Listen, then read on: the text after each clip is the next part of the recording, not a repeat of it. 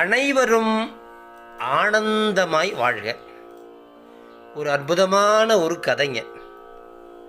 திருநீறு பூசுவதால் ஏற்படும் நன்மை. திருநீறு பூசுபவர்களை பார்ப்பதால் ஏற்படும் நன்மை. மந்திரமாவது நீரு, தந்திரமாவது நீரு. திருநீறு நெத்தியில் பூசியிருந்தாலே ஒரு அழகு தாங்க.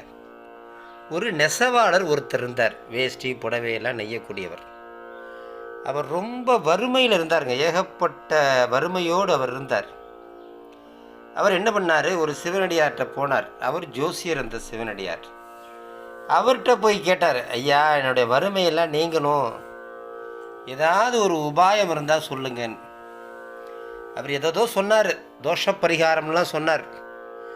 அதையெல்லாம் அந்த நெசவாளர் கேட்கல. ஐயா, அதெல்லாம் என்னால் முடியாதுங்க, சிம்பிளாக ஏதாவது சொல்லுங்க அப்படின்னார். அதுக்கு அந்த சிவனடியார் சொன்னார், நீ தினமும் என்ன பண்ணுற, நெத்தி நிறைய திருநீர் இட்டுக்க. மத்தியான சாப்பாடு சாப்பிட்றதுக்கு முன்பு ஒரு சிவனடியாரை பார்த்துட்டு போய் சாப்பிடுனார். என்ன சொன்னார், ஒரு சிவனடியாரை போய் பார்த்துட்டு அதுக்கப்புறம் சாப்பிடுங்க. இது ரொம்ப ஈஸிங்க. எங்கள் வீட்டு எய்த்தாப்பில் ஒருத்தர் இருக்கார். எப்போ பார்த்தாலும் நெத்தியில் திருநீர் ருத்ராட்சத்தோடு இருப்பார். மத்தியானம் தான் அவரை பார்த்துட்டு சாப்பிட்றேன், என் தோசை நீங்கினா சரின்னு வந்துட்டார். வந்த நாள்லேருந்து மத்தியானமாக என்ன பண்ணுறாரு, சாப்பாட்டுக்கு முன்னாடி எதிர் வீட்டில் உள்ள சிவனடியாரை போய் பார்த்துட்டு வந்து சாப்பிட்டு இருந்தார். ஒரு நாள் மணி 1:30 ஆச்சு. எதிர் வீட்டில் உள்ள சிவனடியாரை போய் பார்த்துட்டு சாப்பிட்லான்னு சிவனடியாரை வீட்டுக்கு போனால் அவர் இல்லை. அவர் வயக்காட்டுக்கு போயிட்டார். உடனே இவர் பண்ணார், பசி வேறு. சரி, நம்ம வயக்காட்டுக்கு போய் அவரை பார்த்துட்டு வந்து சாப்பிடுவோம், நம்ம தோஷமெல்லாம் நிவர்த்தி ஆகட்டும் அப்படின்னு என்ன பண்ணார், நேராக வயக்காட்டுக்கு போனார். அந்த நேரம் பார்த்து அந்த சிவனடியார் வயக்காட்டில் உழுவும் போது அவருக்கு ஒரு புதையல், தங்க புதையல் கிடைக்கிது. அது யாருக்கும் தெரியாமல் மறைச்சி வைக்கணும்னு என்ன பண்ணுறாரு, அந்த வயல்லே ஒரு ஓரத்தில் மறைச்சி வைக்கிறார். இவர் போகணுன்னு அவரை பார்த்துட்டு என்ன சொன்னார், அப்பா நீங்கள் இங்கே இருக்கீங்களா, உங்களை பார்த்துட்டேன் வர்றேன்னு ஓடி வந்தார் சாப்பிட்றதுக்காக.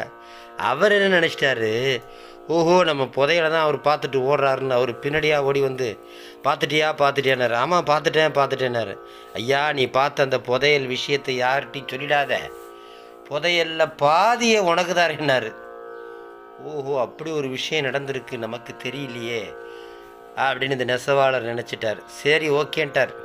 அப்புறம் என்ன, அந்த புதையலில் பாதியை விட்ட கொடுத்துட்டார். அந்த பணத்தை வச்சு ஒரு நல்லா அந்த ஏழையாக இருந்த அந்த நெசவாளர் பெரிய கோடீஸ்வரன் ஆயிட்டார். இப்படி ஒரு கதை சொல்கிறது உண்டு. அதாவது சிவனடியார்களை பார்ப்பது ஒரு பெரிய ஒரு தவம். அதனால் ஒரு சிவனடியார் பார்க்கும்போது சிவாய நமவென்று கையெடுத்து கும்பிடணும்.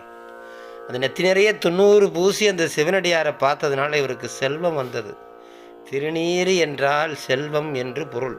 அதனால தான் இன்றைக்கும் ஒரு சில சிவனடியார் வீட்டுக்கு போனால் முதல்ல திருநீர் கொடுப்பாங்க, நெத்தி நிறைய பூசிங்கன்னு.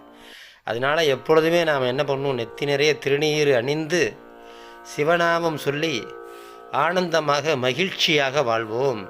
பேசிக்கொண்டிருப்பது உங்கள் மடாதிபதி வெற்றிக்கனி சுவாமிகள். அனைவரும் ஆனந்தமாக வாழ்வோம்.